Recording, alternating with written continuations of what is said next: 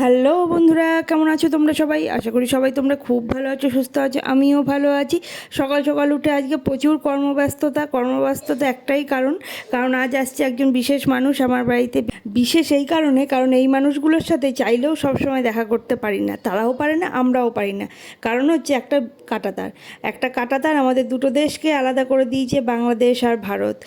দেশভাগের সময় কিছু মানুষ চলে এসেছিল এদেশে, আর কিছু মানুষ নিজেদের ভালোবাসার জায়গা ভিটে মাটি ছেড়ে এদেশে আসতে পারেনি। তারা কিন্তু এখনও ওই দেশে রয়ে গেছে। তো সেই সব মানুষগুলোই নিজেদের ভালোবাসার টানে, নিজেদের কাছের মানুষগুলোর টানে মাঝে মধ্যে এদেশে আসে। আর যখন এদেশে আসে তখন এত ভালো লাগে মানুষগুলোর সাথে দেখা হলে। আর তার থেকেও বড় কথা, বাংলাদেশের মানুষের আন্তরিকতা সত্যিই অসম্ভব ভালো। আর সেই বিশেষ মানুষটি হলো আমার দাদা, আমার জেঠুর ছেলে। এবারে তারাও কিন্তু সবসময় চাইলেই আসতে পারে না, কারণ আসাটা অনেকটা ব্যয়সাপেক্ষ ব্যাপার। তো দাদা এসছে বিশেষ একটা কারণে, এসছে হচ্ছে ডাক্তার দেখাতে। দাদার কোমরের ব্যথা, সেই জন্যই এদেশে এসছে ডাক্তার দেখাতে। পাসপোর্ট ভিসা সব কিছু করেই এসছে। তো তারই মধ্যে একটা দুটো দিন বের করে আমাদের সাথেও দেখা করতে আমাদের বাড়িতে আসছে। তো আমরা সবাই বাড়িতে খুবই খুশি, বিশেষ করে আমার শাশুড়ি মা, কারণ উনি অনেকদিন পর একজন বাংলাদেশের লোক পেয়েছে। সেখানে বসে দুটো মনের কথা বলতে পারবে, বাংলাদেশের গল্প শুনতে পারবে, কারণ আমার শাশুড়ি মাও বাংলাদেশ থেকে এই দেশে এসছে।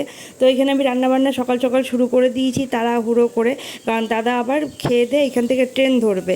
তো দাদার হাতে খুব একটা বেশি সময় নেই, কারণ ওইখানে কাজকর্ম, চাষবাস সব কিছু ফেলে এসছে। তো সেগুলোও যে আবার করবে, ওই জন্য থাকবে না, চলেই যাবে। তো এখানে সকাল সকাল রান্না মোটামুটি চাপিয়েই ফেলেছি, অনেকটা হয়েও গেছে। আর এখন ভাজছি মাছ, আর মাছটাকে ঢাকা দিয়ে ভাজতে যেয়ে না পট করে ফুটে উঠেছে। আর এমনি লাফ দিয়ে উঠেছি ভয়ে, কারণ মাছের তেল ছিটে আসলে প্রচণ্ড জ্বালা করে। আর এখানে আজকে ডালও শেষ হয়ে গেছিলো সকাল সকাল, ওই জন্য সবজি বাজারের সাথে আজকে মোটামুটি ডালটাও এসছে। মুগ ডাল, মুসুরির ডাল দুটোই শেষ হয়ে গেছিলো। তো এই যে ডালগুলো ভরে দিলাম কোটোতে, এইখানে দিয়ে দিয়েছি এখন খেতে। আর এখানে সবাই গল্প করছে আর খাচ্ছে। এদিকে আমার মেয়েরও পেয়ে গেছে খিদে, আর এখানে বসার জায়গা নেই। তাই বললাম যে সোফায় বস, আর এখানে টুলটার উপরে তোকে আমি ভাত টাতগুলো সব দিয়ে দিই, তুই এখানে বসে খেয়ে নে। কারণ ওকেও খেয়ে উঠে পড়তে বসতে হবে, পরীক্ষার রুটিনও তো দিয়ে দিয়েছে ধরো, তো সেখানে পড়তে হবে। এই হচ্ছে আমার দাদা, এখানে বসে খাচ্ছে বাবা আর আমার শাশুড়ি মা। তো এই খাওয়ার টেবিলে কিন্তু এখন চলছে জোর কদমে বাংলাদেশের গল্প, হচ্ছে বাংলাদেশ আমার শাশুড়ি মা কোন কালে ছেড়ে এসছে, তো এখন সেই সব গল্পই হচ্ছে। আজকে রান্না হয়েছিল কচুরলতি চিংড়ি দিয়ে, তার সাথে হয়েছিল ভেন্ডি দিয়ে মাছের ঝোল, আর হয়েছিল মুসুরির ডাল, আর তার সাথে ছিল মাংস আর উচ্ছে ভাজা। এই ছিল আজকে সিম্পল রান্না বান্না। কারণ বলেছিল যে খুব বেশি ভারী কিছু তেল মশলার খাবার না করতে, কারণ দাদা তেল মশলা খায় না। আর তার সাথে মাংসও ছিল, সেটা আর দেখানো হয় নাই। আর এখানে দাদার জন্য ওর পাপা নিয়ে এসেছিলো একটা জামা আর প্যান্ট। জামা তো না, এটা গেঞ্জি। দাদা গেঞ্জি পরে, দেখলাম দাদা গেঞ্জি পরে আছে। তো এখানে একটা গেঞ্জি আর এখানে একটা প্যান্ট নিয়ে এসেছিলো। তো সেটাই মেয়েকে দিলাম যে মামাকে দিয়ে দাও। তো দাদাকে এই যে দিয়ে দিচ্ছে। আর বাংলাদেশে আরও একটা কথা, এই যে দাদা একটা লুঙ্গি পরে আছে, বলছে এই লুঙ্গিটার দাম নাকি 520 টাকা না 80 টাকা বললো। অসম্ভব পরিমাণে জামা কাপড়ের দাম বাংলাদেশে। শুনলেও আমাদের কেমন লাগে যে 580 টাকা দিয়ে একটা লুঙ্গি, বাপ রে বাপ। তো দাদাকে এখানে বললাম যে খুলে দেখো একটু হচ্ছে কি না হচ্ছে। তো বললো যে না, হয়ে যাবে।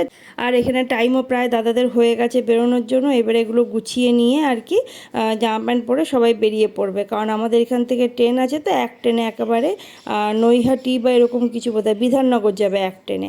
তো এই যে দাদারা রেডি হয়ে বেরিয়ে পড়েছে, বাবাও যাচ্ছে ট্রেনে তুলে দিতে।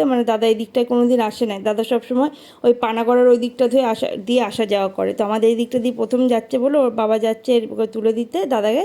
আর ওর পাপার তো অফিস আছে, জানো, ওই অফিসে চলে গেছে। আর এইখানে বেরোতে বেরোতে দাদাও চলে এসছে, আমার ভাসুর। তো এখানে দাদার সাথে বাবা কথা বলছে। আমি একটুখানি এগিয়ে দিই, এই যে আমিও চলে এলাম ঘরে। এখন আছে প্রচুর কাজকর্ম, সব কাজকর্ম করে নিয়েছি। আর এই যে স্নান করেও বেরিয়ে পড়লাম। এখন বাজছে প্রায় 2:30। মেয়ের ছিল আজকে ক্লাস, তো এই যে মেয়েকে নিয়ে নিচ্ছি এখান থেকে। আর চাপতে গেছে, ওর পাপা গাড়ি চালিয়ে দিয়েছে, ওই জন্য রেগে যাচ্ছে আমি ক্যামেরা করছি বলে। তো এই যে মেয়েকে এখান থেকে নিয়ে নিলাম। এখন বাজছে 7:30। তো মেয়েকে নিয়ে এখন চলে যাব সোজা বাড়ি, কারণ আজকে প্রচুর টায়ার্ড হয়ে গেছে, এদিক ওদিক আর কোথাও যাব না। আর আজকের আকাশটা দেখো কি সুন্দর লাগছে দেখতে, দারুণ লাগছে। চলে এসেছি বাড়ি। করার অপেক্ষায় বসে রয়েছে রাস্তায় রাস্তায় আস্তে আস্তেই বলছে আজকে আমি উপরে খাবো। আর তোকে বলেছি নাকি? বলছে না বললেও খাবো। হ্যাঁ, তালা খুলে চলে এসেছি ঘরে। আর ঘরে এসে প্রথম কাজ হচ্ছে ফ্যান চালানো, কারণ ফ্যান ছাড়া থাকা যাচ্ছে না। চলো বন্ধুরা, আজকের ভিডিওটা এখানেই শেষ করছি। তোমরা সবাই খুব খুব খুব ভালো থেকো, সুস্থ থেকো। Good night.